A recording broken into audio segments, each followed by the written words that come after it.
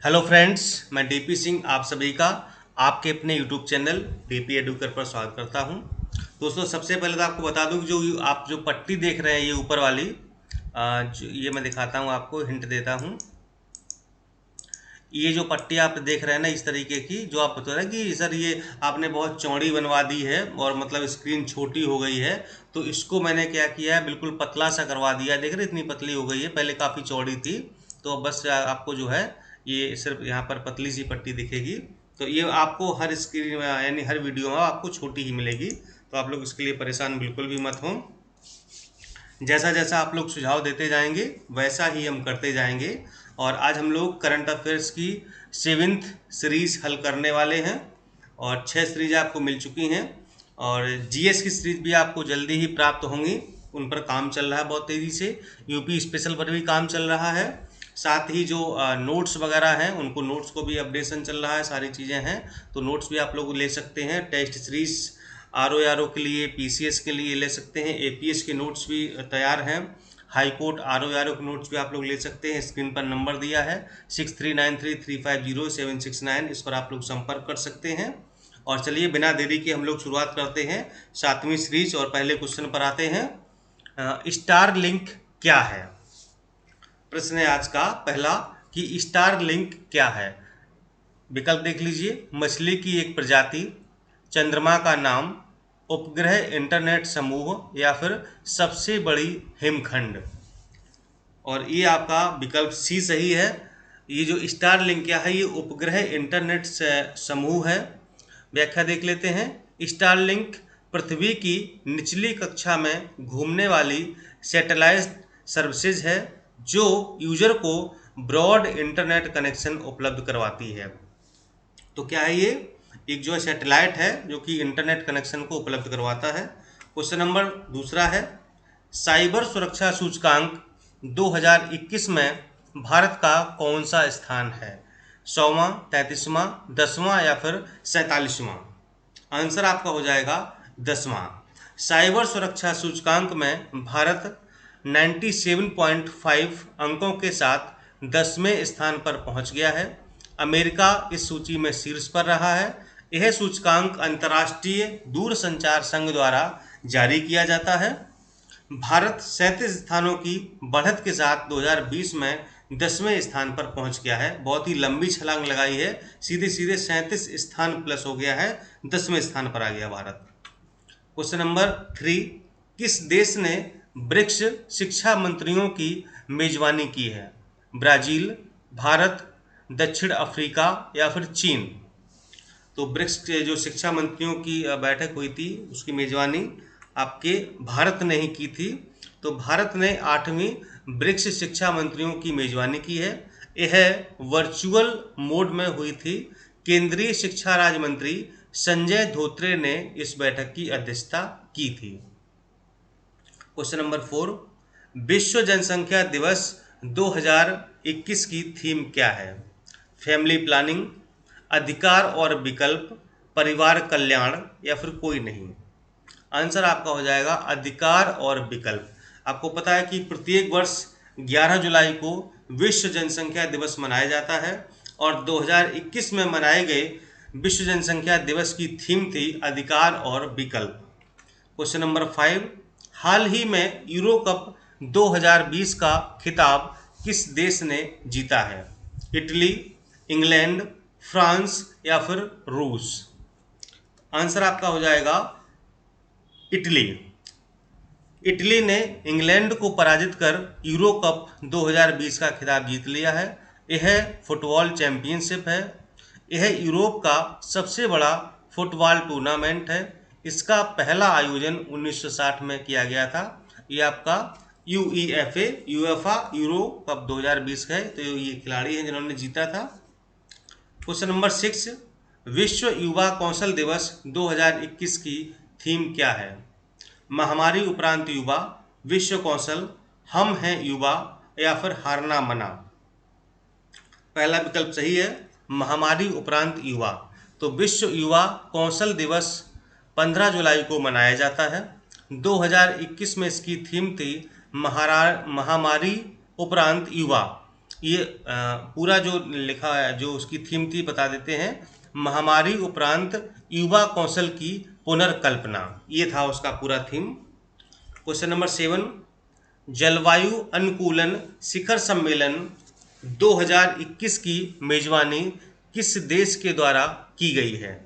Germany, France, Netherlands या फिर Nepal? Answer आपका हो जाएगा नीदरलैंड, UNFCCC। यह सम्मेलन जलवायु आपातकाल के लिए अग्रणी समाधान और UNFCCC के 26वें सत्र की प्रगति बनाए रखने के लिए किया गया। जलवायु अनुकूलन पारिस्थितिक सामाजिक समायोजन में संदर्भित है।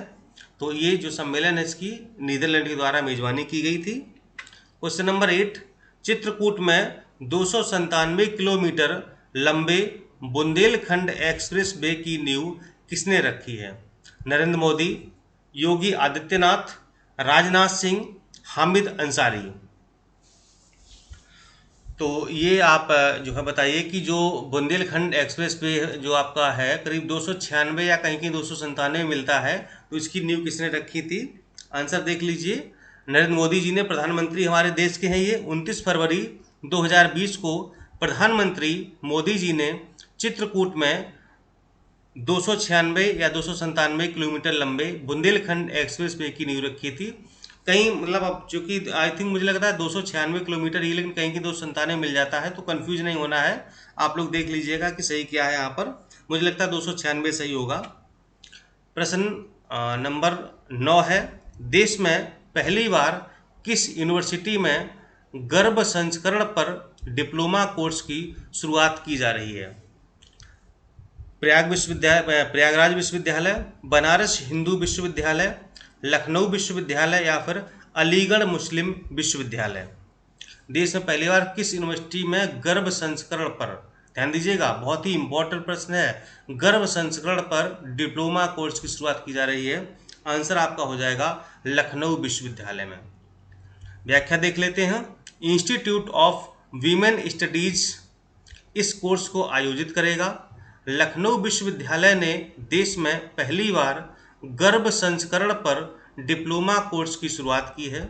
इसमें गर्भावस्था में पहनावे, खान पान और कैसा संगीत सुने, इसकी पढ़ाई कराई जाएगी। यानी कि जो गर्भावस्था के दौरान किस तरीके का महिलाएं पहनावा पहने, कैसा खाना खाएं, किस प्रकार का संगीत सुनाएं, उनकी कैसी लाइफ स्टाइल होनी चाहिए, दिनचर्या क्या होनी चाहिए, तो मतलब ये पूरा रिसर्च इस पर किया जाएगा और पूरा एकदम डिप्लोमा कोर्स, मतलब पूरा कोर्स ही चलेगा, पूरा पढ़ाया जाएगा कि किस किस तरीके से महिलाओं को गर्भावस्था में रहना चाहिए।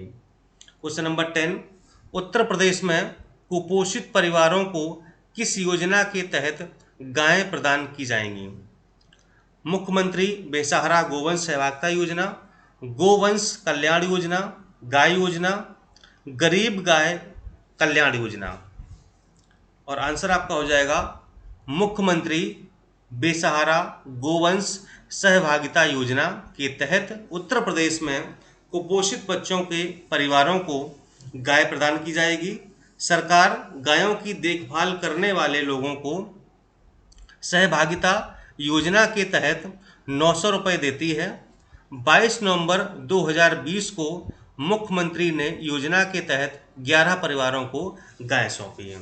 यानी कि जिन परिवारों में बच्चे कुपोषित हैं, सही से उनकी वृद्धि नहीं हो रही, ग्रोथ नहीं हो रही है, कुपोषण के शिकार हैं, तो सरकार जो उत्तर प्रदेश सरकार है वो उनको गाय प्रदान करेगी, जिससे कि गाय का बच्चे दूध पी करके कुपोषित ना रहें, उनको पूरी तरह से पोषण युक्त किया जा सके।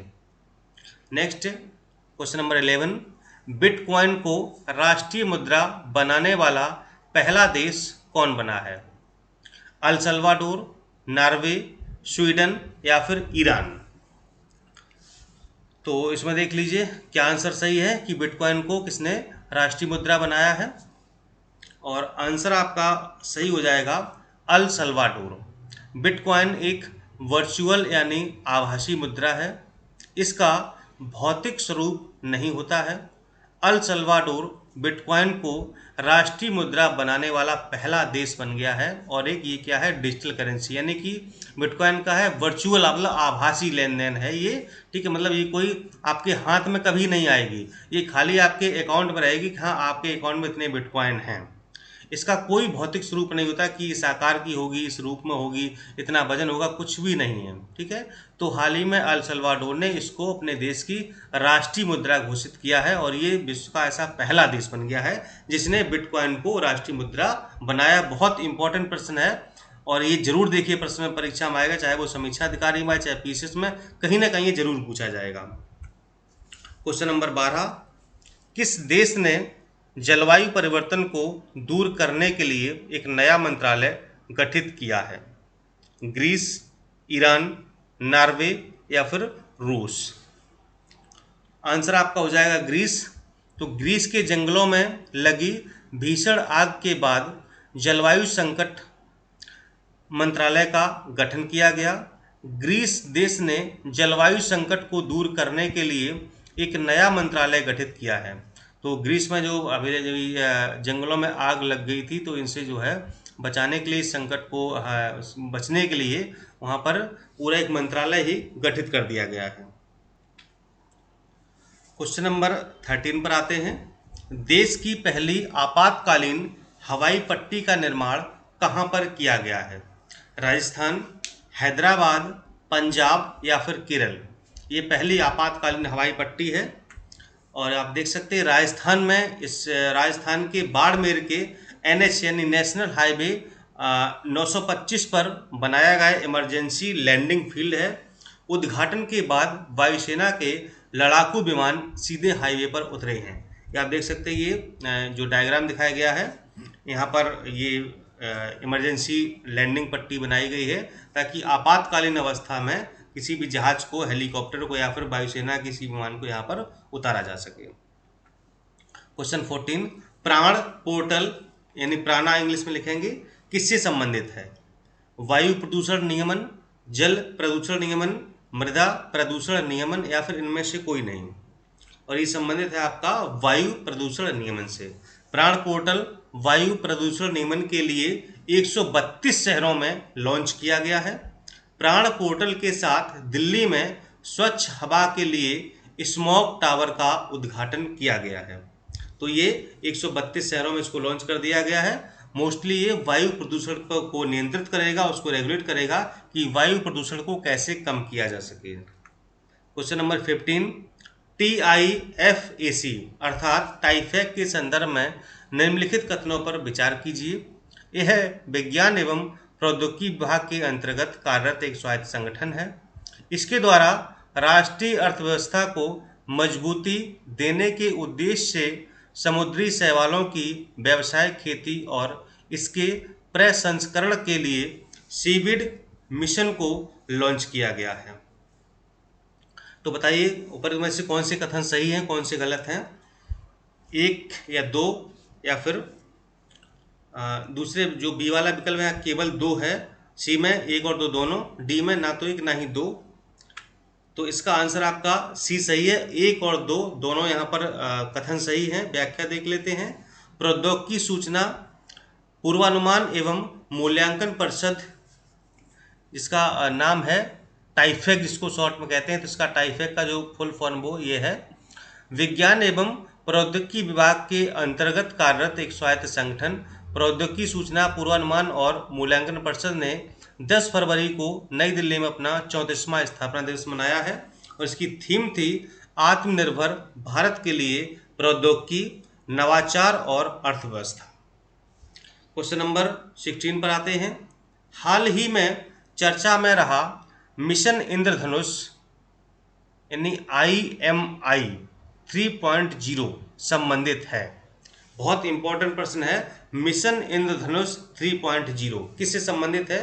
टीकाकरण कार्यक्रम, कृषि, रक्षा अभियान या फिर गिद्ध सुरक्षा अभियान? आंसर आपका हो जाएगा टीकाकरण कार्यक्रम। विभिन्न राज्यों और केंद्र शासित प्रदेशों द्वारा तीव्र मिशन इंद्रधनुष 3.0 की शुरुआत कर दी गई है, जिसका उद्देश्य उन बच्चों और गर्भवती महिलाओं तक पहुंचने का है जो नियमित टीकाकरण कार्यक्रम से वंचित या छूट गए हैं। तो ये भी हाल ही में इसकी शुरुआत की गई है बच्चों के लिए और गर्भवती महिलाओं के लिए जिनको टीका नहीं लगा है, मतलब कि चाहे वो बच्चों के लिए जो टीका लगते हैं और चाहे वो गर्भवती महिलाओं जो टीका लगते हैं, तो जिन लोगों ने नहीं लगवाया, नहीं लग पाए किन्हीं वजहों से, उनके लिए ये शुरू किया गया है। Question number 17, why many a happy accident reflection of a life. पुस्तक के लेखक कौन है या ये किसके द्वारा लिखी गई है? हामिद अंसारी, प्रणब मुखर्जी, शशि थरूर या फिर रामनाथ कोविंद। बताइए इस पुस्तक को किसने लिखा है? और आंसर आपका हो जाएगा हामिद अंसारी, भारत के पूर्व उपराष्ट्रपति। By many a happy accident reflection of a life, ये पुस्तक मोहम्मद हामिद अंसारी जी ने लिखी है। ये भारत के पूर्व उपराष्ट्रपति रहे हैं। किस देश ने मंगल की कक्षा में होप नामक एक प्रोब को भेजा है? इसके साथ ही यह अमेरिका, सोवियत संघ, सोवियत संघ, यूरोप और भारत के बाद अंतरिक्ष यान को मंगल की कक्षा में लॉन्च करने वाला 5वां देश बन गया है। संयुक्त अरब अमीरात, फ्रांस, ब्रिटेन या फिर जापान।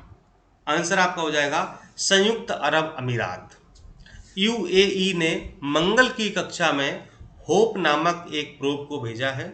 इसके साथ ही यह अमेरिका, सोवियत संघ, यूरोप और भारत के बाद अंतरिक्ष यान को मंगल की कक्षा में लॉन्च करने वाला 5वां देश बन गया है। अभी तक 4 देश थे, अमेरिका, रूस, यूरोप और भारत। इसे जापान के तनेगाशिमा स्पेस सेंटर से लॉन्च किया गया है। क्वेश्चन नंबर 19, विश्व दाल दिवस कब मनाया जाता है? World pulse day. 2 फरवरी, 10 फरवरी, 16 फरवरी या फिर 20 फरवरी। आंसर आपका 10 फरवरी है।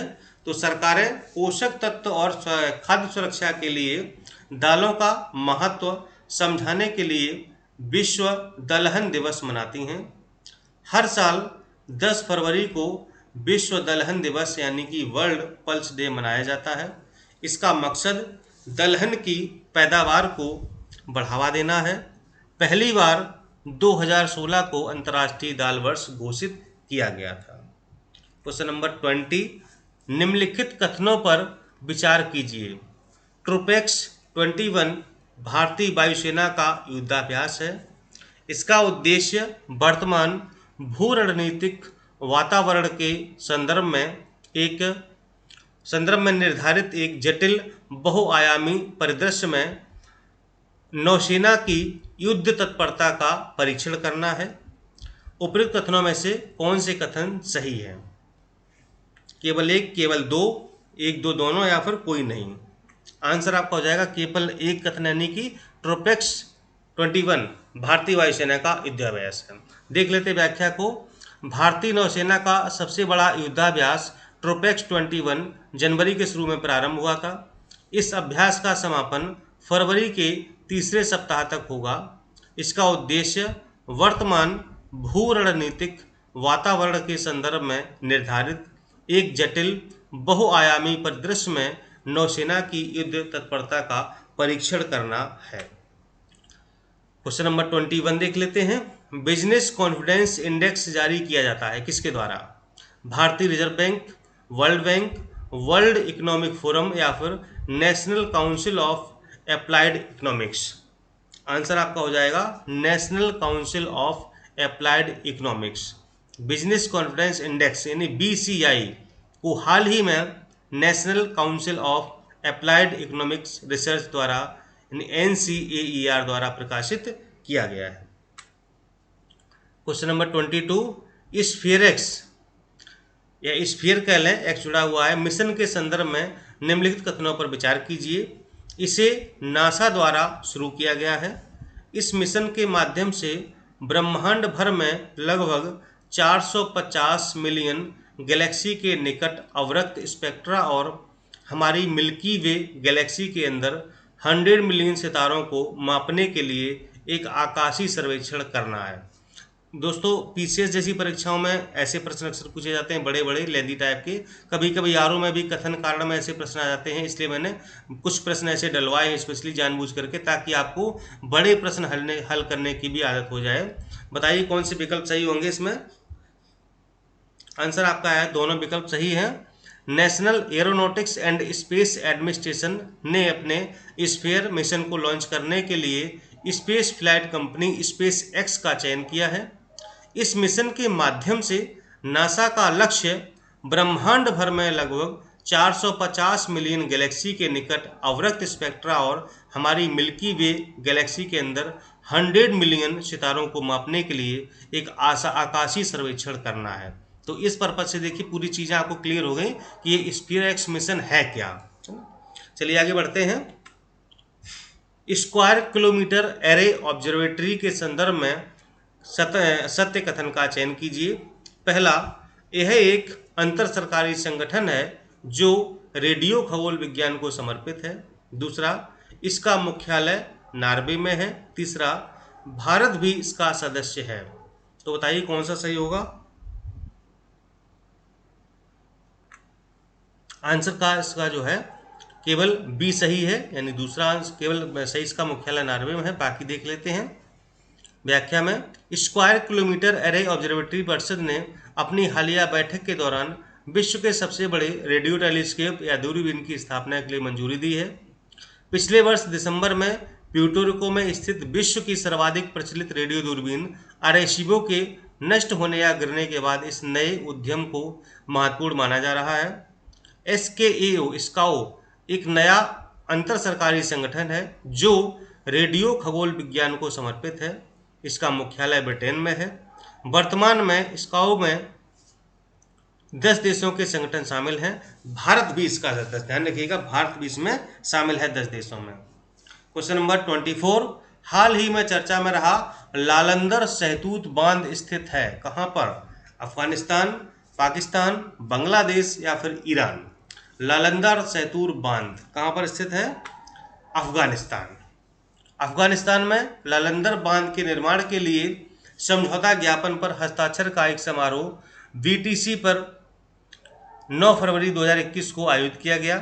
लालंदर सहतूत बांध काबुल शहर को सुरक्षित पेयजल संबंधी जरूरतों को पूरा करेगा, आसपास के इलाकों को सिंचाई का पानी प्रदान करेगा, सिंचाई और जल निकासी के मौजूदा नेटवर्क को पुनर्जीवित करेगा, इस इलाके में बाढ़ सुरक्षा और प्रबंधन के प्रयासों में सहायता करेगा और इस क्षेत्र को बिजली भी प्रदान करेगा। और आज का लास्ट क्वेश्चन है सांस SAANS अभियान के संदर्भ में निम्नलिखित में से कौन से कथन सत्य हैं। पहला, इसे मध्य प्रदेश ने शुरू किया है। दूसरा, अभियान का मुख्य उद्देश्य शिशुओं में निमोनिया के कारण मृत्यु दर को कम करना है। तो चलिए देखते हैं कितने लोग फिर से वही कितना सही आंसर आप लोग देते हैं। कमेंट करके जरूर बताइएगा कि लास्ट वाला प्रश्न कितने लोगों का सही हुआ है, कितने लोग इसको बिल्कुल एग्जैक्ट आंसर दिए हैं। कमेंट के माध्यम से मुझे पता चलेगा, तो अवश्य ही कमेंट करिएगा। बाकी वीडियो आपको कैसा लगा ये जरूर बताइएगा। क्या इसमें सुधार हो सकता है। ऊपर की पट्टी भी छोटी करा दी, नीचे की पट्टी ऑलरेडी पतली है, ये बड़ी स्क्रीन आपको दिख रही होगी। तो और भी अगर आपको सुधार कराना चाहते हैं तो आपका स्वागत है। आप लोग खुले मन से खुले दिल से बोलिएगा, जैसा आप लोग कहेंगे वैसा ही हम पढ़ाने को तैयार हैं। बस कुल मिला करके आप लोग पढ़ें और अधिकारी बने, बस यही मेरा सपना है। चलिए आंसर देख लेते हैं, दोनों सही है। मध्य प्रदेश में स्वास्थ्य विभाग ने social awareness and action to neutralise pneumonia successfully, ये पूरा नाम है, ध्यान रखिएगा। ये जो है social awareness and action to neutralise pneumonia successfully अभियान शुरू किया है। सांस का फुल फॉर्म था। अभियान का मुख्य उद्देश्य शिशुओं में निमोनिया के कारण मृत्यु दर को कम करना है। ठीक है दोस्तों, तो कैसी आपको लगी सीरीज जरूर बताइएगा। सीरीज देखने के लिए आपको बहुत बहुत धन्यवाद, बहुत बहुत शुक्रिया। अगले मिलते हैं नई सीरीज में, तब तक के लिए नमस्कार, धन्यवाद, जय हिंद, जय भारत।